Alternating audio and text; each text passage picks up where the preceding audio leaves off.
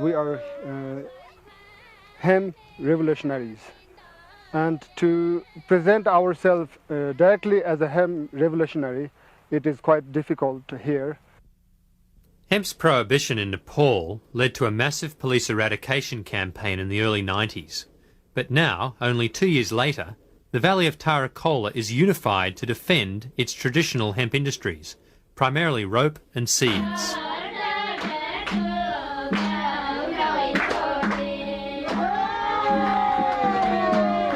As this region is too high and dry to grow rice, the people depend upon hemp seeds for their survival.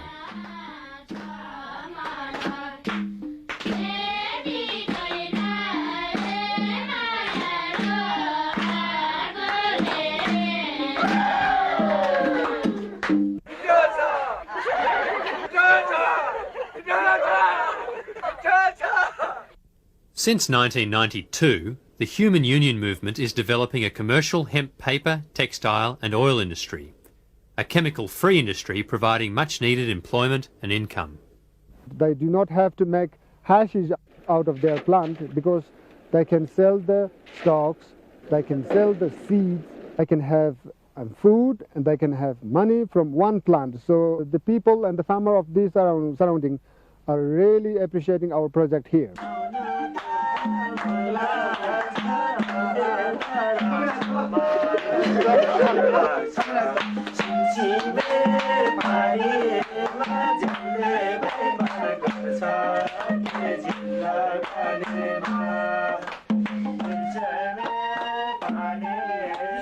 This valley has an abundance of hemp and enthusiastic labour.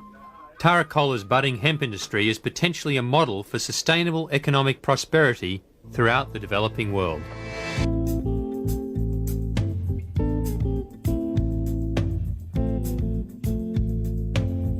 Hemp could be used as a fuel source, an oil source, as well as a paper-making fiber.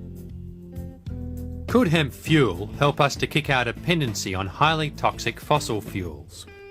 Carbon monoxide is the leading cause of death in this country from poisoning. It accounts for more fatalities each year than all drug overdoses combined. Over history, it would be hard to predict how many people have died from gasoline that didn't know what killed them.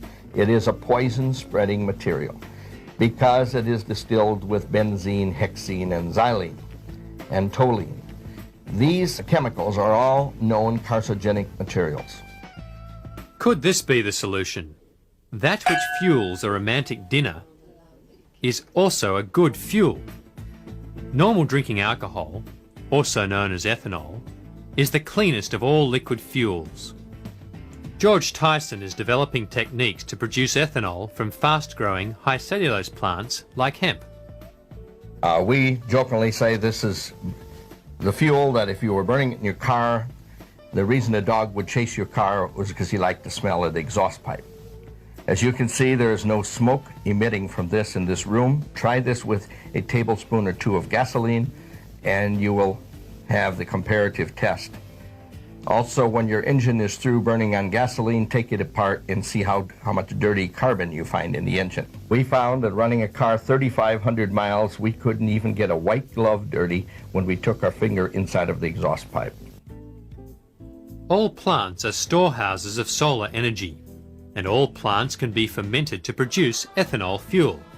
Plants also produce the oxygen needed to combust the fuel in a car. The emissions, carbon dioxide and water, are reabsorbed by plants. It is a clean and balanced cycle. When one reviews all of the possible alternative fuels that we may use for transport use, ethanol emerges as about the only one that can achieve significant reductions in carbon dioxide accumulation in the atmosphere. Even the 10% blend, where you only have 10% ethanol in the gasoline, lowers some emissions as much as 25 to 30%. For this reason, blends of 10 or 15% ethanol with gasoline are being used in several states in the US and in Australia as a means of reducing air pollution. Ethanol blends also eliminate the need for lead in fuel. The ethanol is being distilled from sugarcane, grains or residue starch, as is the case with this ethanol plant in Nowra, Australia. Ethanol produced here is also being added to diesel fuel. Buses running on this new 15% ethanol fuel are emitting up to 40% less carbon monoxide, 50% less smoke, and up to 10% less nitrous oxide than straight diesel fuel. In the context of ethanol making a significant contribution to transport fuel needs, we need to think about producing ethanol from cellulose, or more correctly, lignocellulosic feedstocks. All plants are made from lignin and cellulose. Fast-growing plants that are low in lignin and high in cellulose are most suitable for producing ethanol. Things like switchgrass, canaf, hemp has tremendous potential,